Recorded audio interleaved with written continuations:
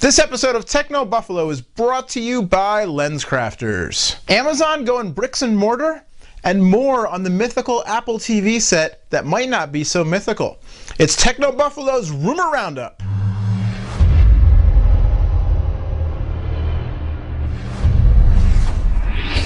Hey, what is going on, everybody, and welcome to Rumor Roundup. Round 'em up! Woohoo! It's Techno Buffalo on Revision 3. My name is Noah Kravitz. I'm editor-at-large for TechnoBuffalo.com, and this is your Rumor Roundup for the week ending today, Friday, February 10th, 2012. This episode of Rumor Roundup is brought to you by our friends at LensCrafters.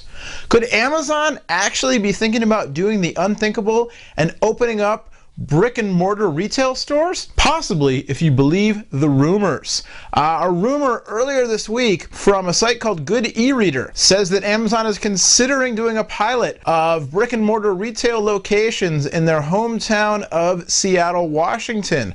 Now, this wouldn't be the first time that Amazon tried some kind of wacky pilot in the Seattle area. They tried Amazon Fresh a while back, which was sort of a grocery delivery program. They've done a few other things that didn't last. So it could be that they're going to open up a boutique shop or even, a pop-up store, that kind of thing.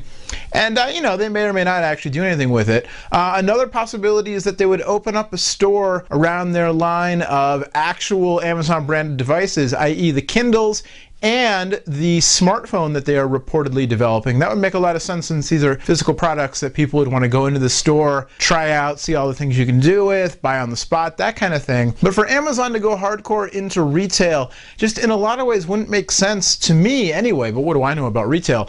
First and foremost being that they would have to charge sales tax, not only in the stores, but then they would have to charge sales tax in all of the states in which they operate a retail store. And Amazon has long fought hard to maintain the so-called Amazon rule, where they do not have to charge sales tax in a majority of the states in the United States that they ship to, which is one of the reasons that they're so popular, because you can buy things cheap, you can get them delivered, and you don't have to pay tax. We'll follow the story for sure, along with the aforementioned rumors about an Amazon smartphone possibly powered by Android in the coming months. Speaking of glasses, not that anybody was, now let's pause for a word from our friends at LensCrafters. So here we are at LensCrafters learning about their AccuFit system. Let's go and check it out. Did you know that you can take the same eyewear prescription to a different vision care professional and actually see differently? The placement of prescription is placed in your frames, which should be a custom fit to your face. It's also important to seeing your best. Well, now you're a movie star because you're on camera. With this in mind, LensCrafters has designed and launched AccuFit technology, an exclusive, state-of-the-art digital measurement system that delivers the best possible placement of your eyewear prescription within your glasses frames. AccuFit technology precisely measures the relationship between your eyes, face, and frame to more accurately place your prescription in your eyeglasses frame, and has been proven to be 5 times more precise than manual measurements. I'm pretty excited to get new frames. I'll tell you one thing I'm also learning. I got very bushy eyebrows. More precise optical measurements result in clearer, crisper vision. And I know it looks silly, but it's going to be great. Go to lenscrafters.com/AccuFit to learn more and find your nearest LensCrafters store to experience AccuFit.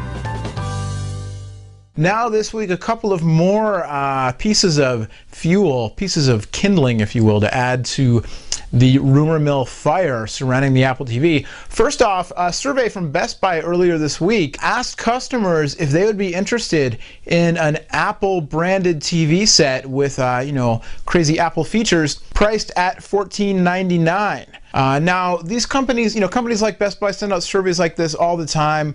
They don't necessarily have anything to do with actual products. Sometimes they're just kind of gauging interest for a larger segment of products. So maybe they're just thinking about premium priced TVs in general or more Apple presence in general. Who knows? But then also later this week, the Globe and Mail reported that Apple is apparently into talks with not one but 2 broadband providers up in Canada. Both Rogers and BCE are said to have prototype Apple TVs in their labs already, leading to much speculation that Apple is looking to launch the TV not as a standalone product, but in partnership with not only content studios like they already do with the iTunes store, but with broadband providers. What this might mean, I mean, who knows? That's why it's a rumor show. But of all the Apple TV coverage and hypothesizing that I've read, the one bit that stuck out to me the most was this idea that, if Apple was really going to, revolutionize the TV industry and the way we,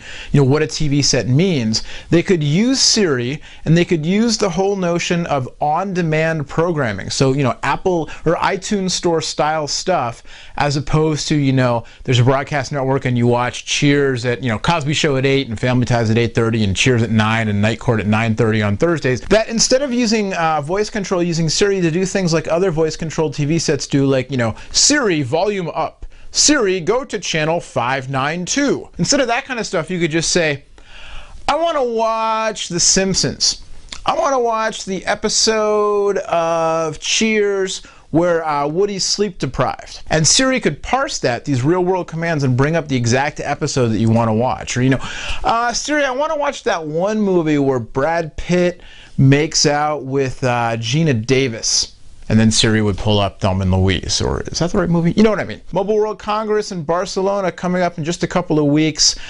We will be there bringing you all of the news live. Apparently Samsung is not having a press conference. They will be there, but no press conference at all, let alone anything for the Galaxy S3. So there's your bonus anti-rumor for the week. Until next time, thanks again to the folks at LensCrafters for sponsoring this week's episode of Rumor Roundup. Thanks to Revision 3 for having us. Thanks to you for watching. It's Techno Buffalo on Revision 3 Rumor Roundup. Should I say it again? Nah, I won't. My name's Noah Kravitz. We'll see you next time. Woohoo!